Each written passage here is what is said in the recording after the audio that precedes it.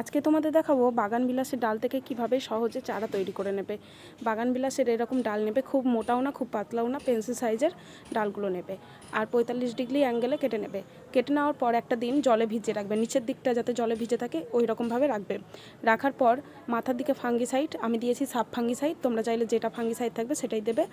আর নিচের দিকে দেবে কাটিং অ্যাসিড দেওয়ার পর প্রতিটা ডালে এইভাবে লাগিয়ে নেব। লাগিয়ে নেওয়ার পর মাটিটা রেডি করে নেব, ভার্মি কম্পোস্ট আর হলো বাগানের মাটি, দুটো আধা আধি নিয়ে তারপরে এটা আমি চারাটা তৈরি করে দেখাবো গ্লাসে। কারণ গ্লাসে করলে খুব সুন্দর রুট আসে, যে দেখা যায় রুটটা যে কতখানি রুটটা এসেছে। তো এই গ্লাসে নিয়েছি। প্রথমে আমি আঙুল দিয়ে একটু ফুটো করে নেব। ফুটো করে নেওয়ার পর আমি একটা একটা করে ডালগুলো বসিয়ে দেবো। আর এই গ্লাসটাকে এমন একটা জায়গায় রাখবে যেখানে বৃষ্টির জল পড়ে, আলো বাতাস চলাচল করে কিন্তু রৌদ্র পড়ে না, এমন একটা জায়গায়, সুন্দর ছায়াযুক্ত জায়গায় রাখবে।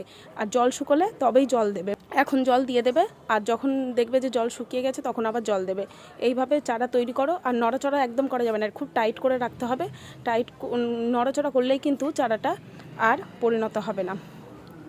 এমন একটি জায়গায় রাখবে, রেখে চারাগুলো পরিণত করো।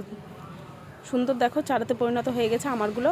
এই আমার চারাগুলোর রুটগুলো দেখো কি সুন্দর এসছে। আর ভিডিওটা ভালো লাগলে অবশ্যই কমেন্ট করে বলো। আজকের মতো টাটা।